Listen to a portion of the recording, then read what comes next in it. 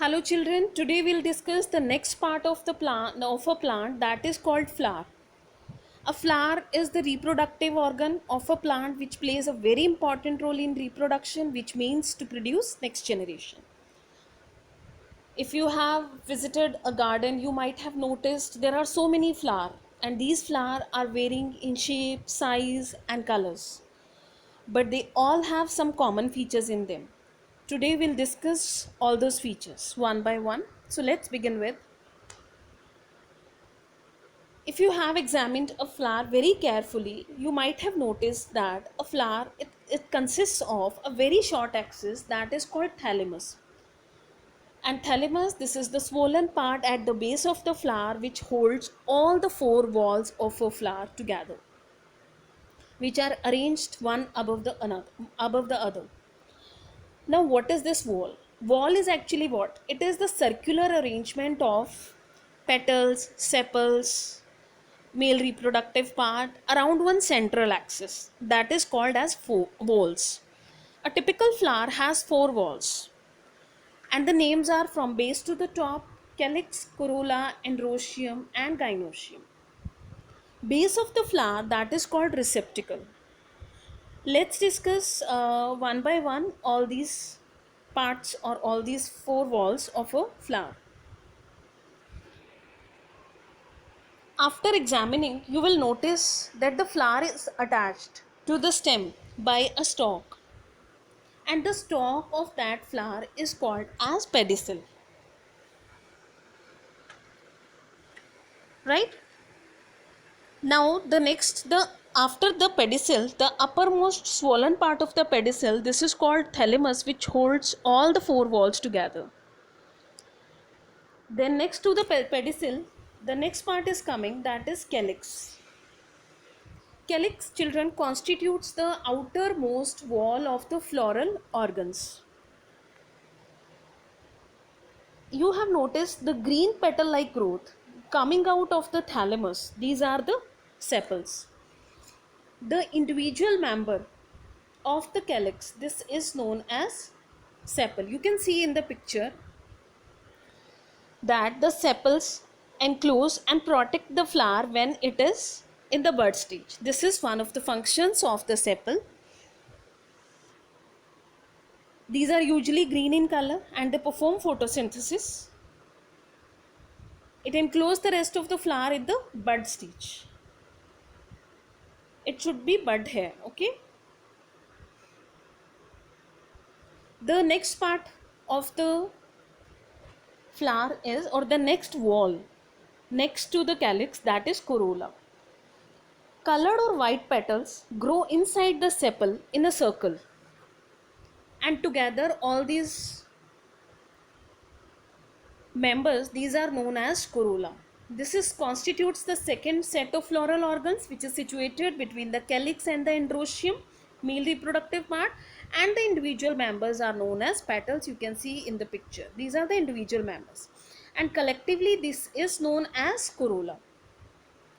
Petals are generally thin, brightly colored and sometimes sweet smelling to attract insects, which helps in the process of pollination. So this bright color, it attracts insects for pollination. Now what is pollination? In class 5th you have studied that pollination is transfer of pollen grains from the male reproductive part of the flower to female reproductive part of the flower. So this is known as pollination, and petals plays a very important role as they attract insects, which is important agents of pollination. You can see in the picture, this part from where we hold a flower, this is called pedicel.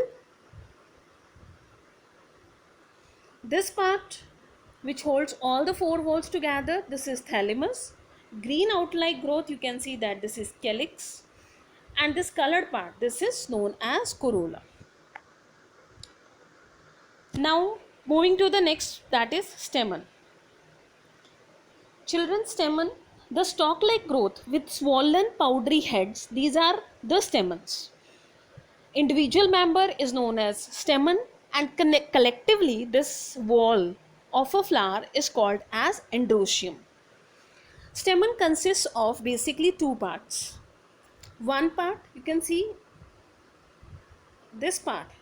One part, this is called filament, which supports the anther, and this part, this is anther, which produces pollen grains.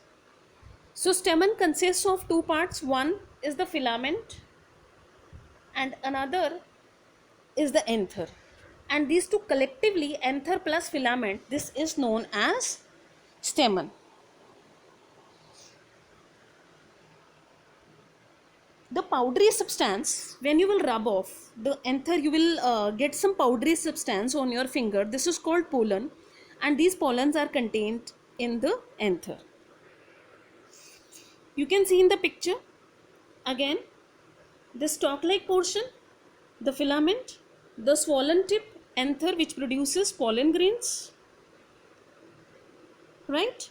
So this anther plus filament, completely this is known as stamen. Individual member is known as stamen, and this complete wall is known as androecium.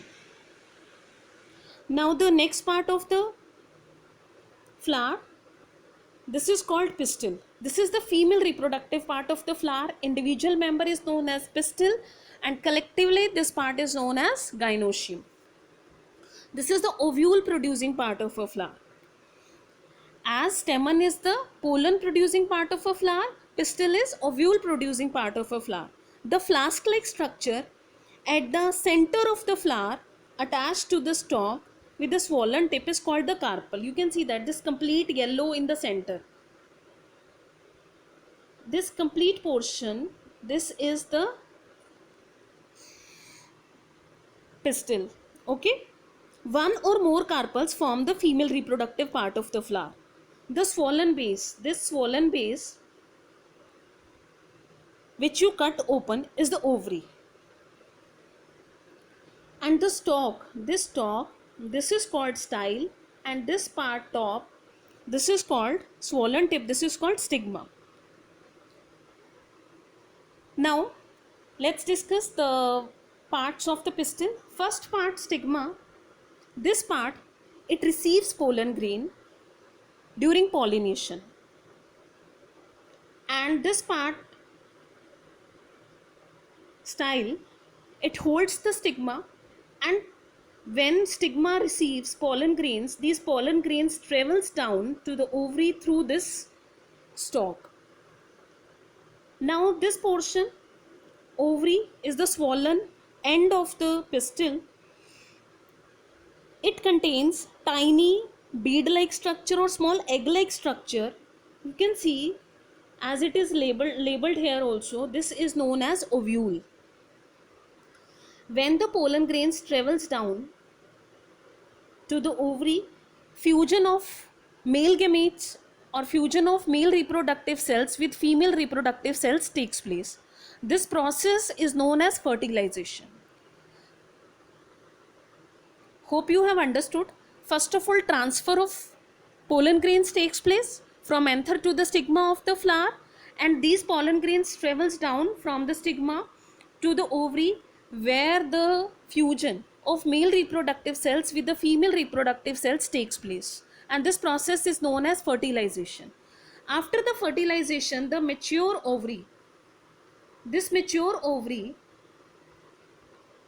it becomes fruit, and the ovules, which are the egg-like structure, these ovule gets changed into seed.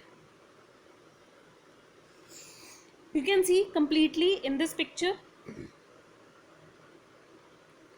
This part, male reproductive part, this part is the male reproductive part, that is anther, and then filament. This is the male reproductive part, and from the male reproductive part, transfer of pollen grains takes place to the female reproductive part. Stigma receives these pollen grains, and these pollen grains travels down through stalk and they reach to the ovary, where the tiny bead-like structure is there, that is called ovule, and where fusion of pollen grains of male reproductive cells with the female reproductive cells takes place. Then this complete ovary gets changed into fruit, and these seeds, that ovules, that changes into seeds. So this is the complete structure of the flower. I'm just summing up the topic here. This is the stalk of the flower, that is called pedicel. This swollen portion is thalamus, which contains all the four walls. The green outer growth, green leaf-like growth is there. This is called sepal. Then moving to the next part, colored part of the flower, this is called petals. Then you can see that this part, this is the male reproductive part, and the innermost wall, this is known as the female reproductive part of the flower. So four walls are completed here. First wall, sepal. Second wall, petal. Third wall, that is anther and filament, that is stamen. And the fourth, that is stigma, style and ovary. So this is the fourth. So all four walls are completed here. Now a flower may have both reproductive organs, male as well as female, in the same. If a flower is having both male and female reproductive organs, the flower is called as a complete flower, is said to be a complete flower, or this is a bisexual flower. Bisexual, which contains both male and female organs. If a flower is having either male reproductive organ or female reproductive organ, this is called as incomplete flower or dioecious or unisexual. So you can see that this flower, this particular flower, it is having only female reproductive part, but this flower, it is having both male reproductive part as well as female reproductive part. So this is a complete flower. For example, hibiscus, and this is the unisexual flower, which contains only female reproductive part. Thank you, children. If you have any doubt, you can ask me. Thank you and have a nice day.